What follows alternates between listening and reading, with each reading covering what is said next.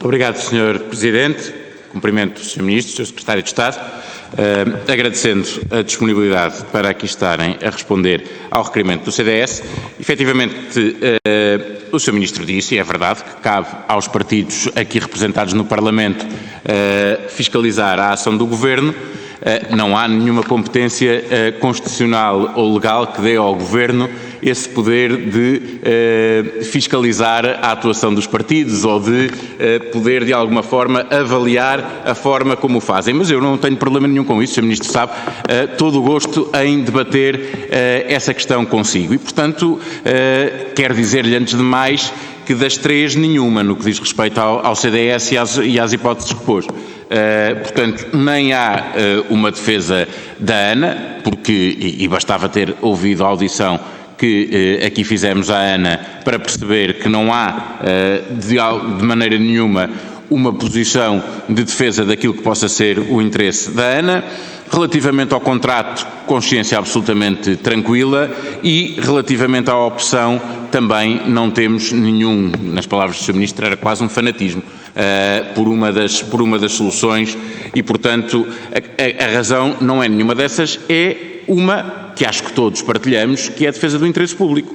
Obviamente que quando há uma alteração substancial de circunstâncias numa matéria tão relevante, quando se passa de uma solução que nós não podemos ignorar como isto começou, foi submetida à ANAC a uma apreciação prévia da viabilidade de um determinado projeto, que era o aeroporto no Montijo. A ANA submeteu e foi indeferido. Portanto, não há aqui um processo que tenha caído do céu, e foi perante isso que o Sr. Ministro decidiu lançar um novo processo de avaliação ambiental estratégica com 3 cenários. Tudo isso são opções políticas e cabe efetivamente ao Parlamento e aos partidos que aqui estão representados verificar se perante essa alteração há ou não há consequências que possam onerar os contribuintes. E, portanto, aí é claríssimo qual é o nosso objetivo.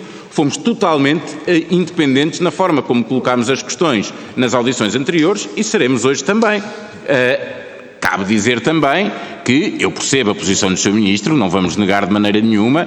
A ANA disse o que disse aqui, também disse outras coisas que sobre as quais já vamos falar, mas também houve nesta comissão quem dissesse, e com legitimidade, que interpretava o contrato num sentido diferente e da possibilidade de haver esse direito à indenização. Obviamente que isso, perante uma declaração de quem poderia eventualmente utilizar essa cláusula contratual em sentido contrário, isso tem relevância e, portanto, nós não ignoramos de maneira nenhuma a relevância que tem aquilo que a ANA aqui disse. Mas a ANA disse aqui outra coisa que nos preocupa, que é o seguinte: disse que para a ANA, para a Vinci, é indiferente qual a solução a concretizar e que isso é sempre uma decisão do Governo português e uma responsabilidade do Governo português. Nós sabemos que as diferentes hipóteses não terão os mesmos custos. E não estamos só a falar dos custos, estamos a falar dos custos diretos da construção do aeroporto. Também não têm os mesmos custos naquilo que implicam do ponto de vista de infraestruturas complementares, designadamente ligações rodoviárias e ferroviárias. Mas, concretamente, a construção do aeroporto, desde logo que estamos a falar de uma hipótese da construção de um aeroporto onde já existe um aeroporto onde aterram e descolam aviões todos os dias, e de uma alternativa onde não há nenhuma infraestrutura desse género. E quando estamos a falar de um concessionário privado que tem responsabilidade de concretizar este projeto, e quando o concessionário diz que um projeto que é muito mais caro que outro é indiferente e que isso é uma decisão do Estado português, obviamente que cabe perguntar ao Estado português, neste caso representado pelo Governo, e perguntar ao Sr. Ministro porque é que para a ANA, ou como é que para a ANA pode ser indiferente construir um aeroporto de grandes números custa mais do triplo do que pode custar outra opção. E, portanto, qual é, daquilo que têm sido as conversações entre o Estado português e a ANA, qual é o racional, porque estamos a falar de um privado que é concessionário, tem que ter um racional económico para ter esta posição, qual é o racional económico que faz a ANA dizer que é indiferente construir o aeroporto no Montijo ou em Alcochete? Depois, outra questão que é também para nós relevante e que tem a ver com esta opção, que é a possibilidade que aparece do Montijo poder ser uma de duas coisas, ou um aeroporto complementar à Portela ou um aeroporto principal, passando a Portela a ser complementar. E isso tem, por exemplo, no projeto, uma questão que é relevante também, a hipótese de, no Montijo, haver uma ou haver duas pistas. E isso também tem, da viabilidade do projeto, consequências. Porque todos sabemos das condicionantes que existem no Montijo, todos sabemos das dificuldades que há. Até agora avaliou-se o projeto sempre na lógica de uma pista, mas aparece agora a hipótese na lógica de aeroporto principal no Montijo e com várias fases, portanto, na lógica de gradualmente passar o Montijo a ser aeroporto principal, da possibilidade de duas pistas. E aqui a questão que há a saber é se esta novidade torna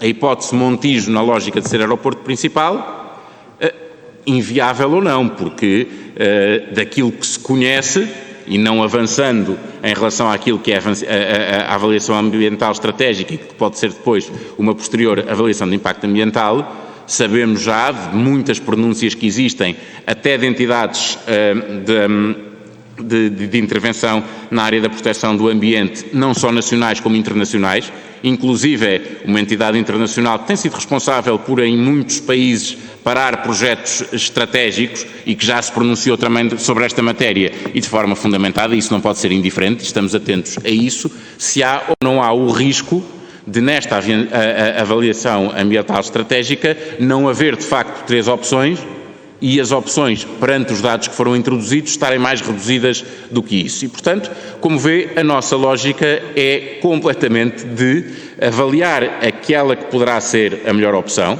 Há uma preocupação, obviamente, relativamente a este processo de quando é que efetivamente vai haver desenvolvimentos, porque, e se o Sr. Ministro puder dar uma clarificação do horizonte temporal, isso é muito relevante também, porque isto obviamente alterou completamente o calendário da execução do projeto do novo aeroporto de Lisboa, e depois saber efetivamente quais são as opções e que custos podem ter para os contribuintes.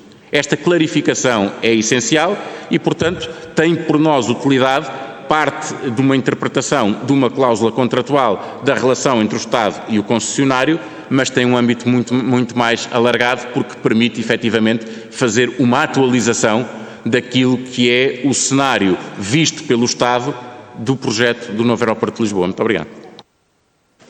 Muito obrigado, Sr. Deputado. Sr. Ministro, faz favor, os mesmos 8 minutos para responder. Muito obrigado, Sr. Presidente. Sr. Deputado, muito obrigado pelas questões que coloca. Só um comentário à questão da fiscalização. O debate político o Sr. Deputado não o negou, aliás. O debate político, obviamente, é dialético e pressupõe, nós não estamos, obviamente, o Governo, quando vem ao Parlamento, ao contrário de às vezes parecer, por parte de alguns deputados, o Governo não está numa comissão de inquérito e há uma dialética entre nós, como aliás é suposto em democracia, e por isso nós também não só respondermos, mas também colocarmos as questões que a nós nos suscitam dúvidas. De qualquer forma, esse assunto para nós está resolvido a partir do momento em que concessionário, concedente e regulador entendem que não há lugar à indemnização.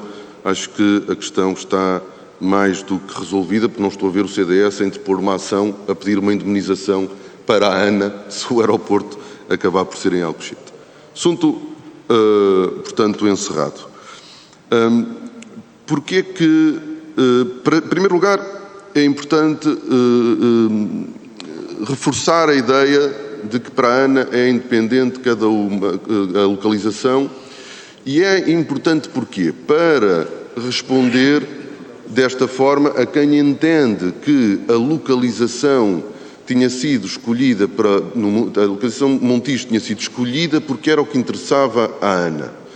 E desse ponto de vista é importante, para de uma vez por todas nós tornarmos o debate mais sério e honesto, e portanto, quer dizer, a haver crítica sobre a localização, que seja o Governo criticado pelas escolhas que faz e não por uma teoria da conspiração de que verdadeiramente o que interessava à ANA era Montijo. E porquê? E aqui respondemos à questão do Sr. Deputado João Almeida, que ao mesmo tempo nos permite perceber porque é que é indiferente. Porque o mecanismo que na realidade está previsto para pagar o próprio aeroporto, e o PCP, aliás, já disse isso várias vezes e portanto sabe que para a ANA seria indiferente, é a própria operação do aeroporto que paga. E portanto, o que aconteceria, provavelmente, acontecerá se a opção final for Alcochete, é que a utilização do aeroporto sairá mais cara para os seus utilizadores, a não ser que se encontre uma forma diferente, que também é possível no abrigo do contrato, que é pôr o Estado português a pagar. Portanto, na realidade, para o concessionário é indiferente. Não é indiferente para o utilizador do aeroporto, ou para o Estado, se o Estado quiser que as taxas não aumentem, financiar o Estado através de um subsídio.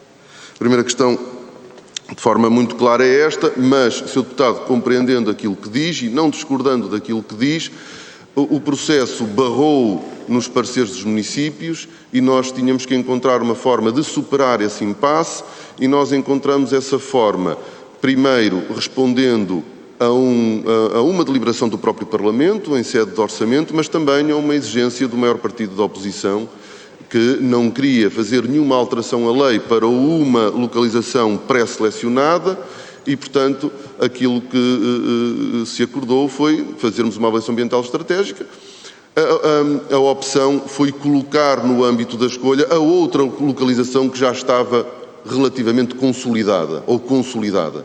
E, portanto, não era abrirmos uma avaliação para todas as localizações que foram sendo afastadas ao longo das últimas 5 décadas, mas sim confrontar Montijo com aquela que era a localização mais consolidada até este momento.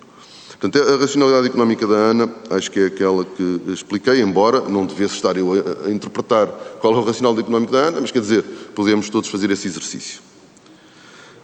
A possibilidade de Montijo ser uma de duas coisas. A verdade é que a localização de Montijo era uma solução dual que implicava, ao mesmo tempo, o reforço da capacidade aeroportuária de Humberto Delgado. A atenção e a crítica estava focada apenas no Montijo, mas havia outro dossiê acoplado ao Montijo, que também já estava a suscitar muita oposição, nomeadamente na cidade de Lisboa. Na cidade de Lisboa não há nenhum, neste momento, eu posso estar a cometer um erro, mas acho que não há nenhum partido, nenhum dos partidos da esquerda à direita, que aceite aumentar a capacidade aeroportuária de Humberto Delgado. Portanto, nós iríamos ter aqui um problema sério. Do PS ao PSD, ao Bloco, ao PCP, ao CDS e julgo que a outros partidos representados, não há disponibilidade. E isso poderíamos na mesma forçar, obviamente, mas quer dizer, era forçar contra uma cidade inteira o alargamento. Nós temos neste momento cerca de 40 movimentos por hora no aeroporto de Lisboa. Aquilo que nós vamos assistindo no debate político municipal, ao Conselho, é a redução e não o aumento. E isso inviabiliza, se for assim, se nós não fizermos a expansão no Humberto Delgado, inviabiliza o projeto dual Humberto Delgado mais Montijo. E por isso nós quisemos, sem afastar essa hipótese, que era a nossa opção inicial, que decorre, aliás, do seguimento de um trabalho que vinha feito de um governo anterior ao nosso, nós continuamos esse processo e mantemos, mas queremos dar aqui outra oportunidade, outra alternativa que envolve o Montijo. E o Montijo, ao contrário do que muita gente pensa, o Montijo tem, a área da base aérea de Montijo é o dobro da área da Portela. Tem capacidade de expansão e, portanto, tem capacidade para ser o tal aeroporto principal. E por isso nós entendemos que devíamos colocar também na avaliação ambiental estratégica uma opção que envolvesse o Montijo, não na solução Humberto Delgado mais Montijo, mas numa solução Montijo mais Humberto Delgado. E depois, como terceira opção, a tal localização que já estava consolidada em Portugal, que era Alcochete. Não é reabrir todo um debate sobre as localizações todas que são mais de 17, que foram sendo estudadas e abandonadas ao longo de 50 anos, mas sim fazermos basicamente Montijo-Alcochete, mas Montijo em duas versões diferentes, uma que implica a expansão do aeroporto Humberto Delgado, outra que pressupõe o phasing out do aeroporto Humberto Delgado e o reforço do aeroporto de Montijo. O aeroporto de Montijo, como vos dizia, a base aérea de Montijo, como vos dizia, é o dobro da área da Portela, tem capacidade de expansão, embora não fosse necessário, numa primeira fase, construir duas pistas. Bom, mas nós não queremos muito entrar, neste momento, nós, Governo, na discussão sobre as mais-valias e as menos-valias de cada uma das localizações, porque isso era retirar força e imparcialidade à avaliação ambiental estratégica. Nós agora nós conseguimos justificar, e isso devemos justificar, as razões que nos levaram a ter estas três opções. Não vamos entrar no exercício de defender mais uma do que outra, porque verdadeiramente esse não é o nosso foco. O nosso foco é sim fazermos uma avaliação ambiental estratégica séria para podermos perceber as diferentes mais-valias e menos-valias. Não só ambientais, porque quando nós olhamos para Alcochete vemos que a vantagem ambiental de Alcochete face a Montijo não é assim tanta, e portanto, porque infelizmente a localização do aeroporto tem sempre um forte impacto ambiental, não há, portanto, é dizer, olhar para a lista de problemas dos dois quer dizer, não é fácil de escolher, mas depois também avaliar uma das variáveis que o Sr. Deputado aqui disse, que acho que é uma variável que o país tem que conhecer: o custo, o tempo de construção, o impacto na região, a proximidade, o impacto ambiental. E, portanto, é uma avaliação que avalia todos estes elementos e confronta as duas localizações, confrontando estes dois elementos. Eu já passei o tempo, portanto, a dificuldade porque a questão mas uma das opções acabar por ser inviável. Nós não partimos necessariamente desse princípio, porque a Montijo teve uma dia. Muito obrigado, Sr. Ministro. Para terminar, para concluir, faz favor. A localização Montijo, apesar da contestação, ela teve uma declaração de impacto ambiental. Nada garante que uma solução diferente no mesmo sítio não tenha uma declaração de impacto ambiental. Agora, nós teremos que fazer declaração de impacto ambiental para qualquer uma das três localizações. Nós temos que fazer, embora a solução, se nós aproveitássemos como fase inicial do Montijo o que já estava, essa já tem dia. Mas precisamos de uma nova declaração de impacto ambiental para Alcochete, porque ela, como é que se diz? Caducou. Muito obrigado, Sr. Deputado. E para o reforço deixaram, é o país, meu caro. E portanto, tem que fazer uma avaliação de impacto ambiental para Alcochete, fazer uma avaliação de impacto ambiental para um Montijo diferente. Isso é evidente. Mas mesmo para a solução Humberto Delgado mais Montijo, também falta uma avaliação de impacto ambiental, que é a avaliação de impacto ambiental à expansão do Humberto Delgado. Portanto, o problema da avaliação de impacto ambiental vai existir na mesma, independentemente de qualquer uma das soluções. Muito obrigado. Depois vou à questão do horizonte temporal. Obrigado.